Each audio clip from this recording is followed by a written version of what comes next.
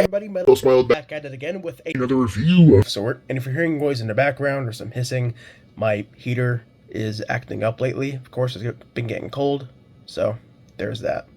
Anyway, this is going to be my review on the Rise of the Beasts Battle Masters, or Target Masters, if you will. We're going to be taking a look at the non-movie characters. First, Aerostripe. A poor impression of Tigatron, I will say. Stripes on the head, but and again, the rest is just like that weird nylon looking plastic with some silver paint there. Nice molding and a nice butt, tail, gun.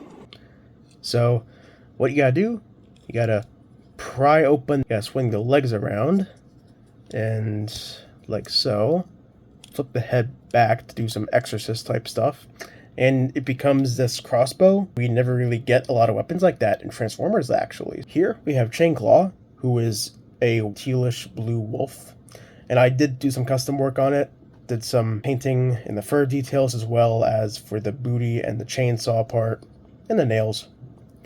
So to transform this, of course, flip the legs up, flip that post up.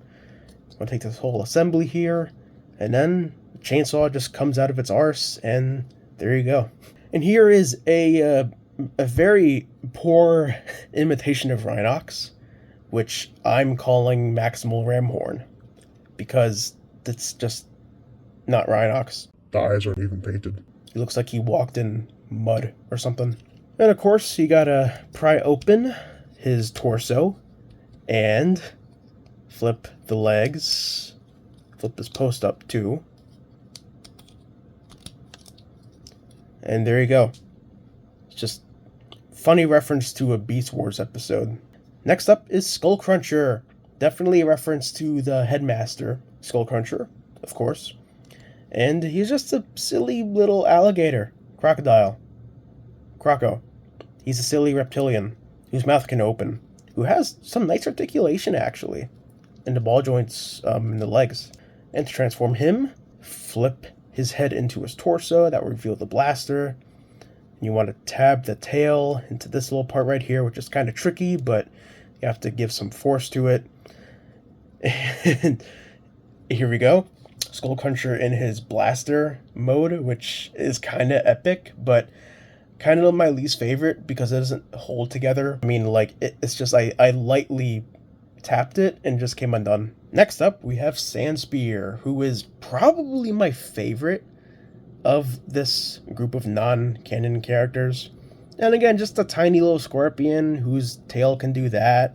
Can flip that up in beast mode if you want. That could be an actual stinger. His little pincers, little arms are so adorable. Hollow underneath, like all bugs are, which is what I expect from insects. And funny thing about this guy has 5 mil ports, so you can actually have him wield other battle masters, which I find really amusing. Yeah, you can imagine a scorpion dual wielding a bunch of weapons. It's pretty neat. To get this guy into his spear mode, what I like to do is I like to flip this post out, have this already out, make sure that goes into place, and I actually like to make the arms go this way, so that way it kind of fills in that weird hollow spot. Yeah. You can poke, and poke. For the canon cast for Rise of the Beasts, we have Optimus Primal, Cheetor, Airazor, and Rhinox. We'll take a look at Optimus Primal first. Again, a very nice looking Baby gorilla? You know, simple articulation, ball joints at the arms, and an articulated head, which I think is a first for a lot of these figures. Little legs, can do that and that. He can't really stand well, but he can give you a big hug. Transform him into his weapon mode. You want to twist the head around, flip these parts up from inside the arms, Open up his belly. have these tabs go into those little holes right there, and snap them into place. You could do whatever you want with the legs, but I just prefer to have them like that. A little weapon mode. Something I do like to do is I like to take this Beast Alliance Optimus Primal, just give him his own weapon. So he's kind of holding himself. He's armed with himself. Cheetor. And yeah, underwhelming. It's interesting.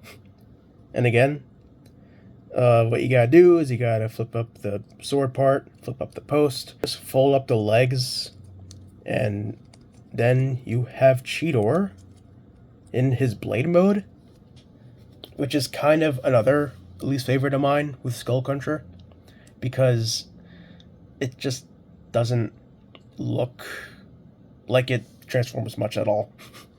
But still pretty neat. You know, you can always give it to your figures of choice. Next up is Airazor, another one that I actually kind of like. She's got her little wings, of course, little bird feet, can move like that on a tight hinge. And yeah, her wings can flap and flap about. She can do that thing right there. I don't know what that is. To get her into one mode, you actually have to flip the wings like so. Come to the butt.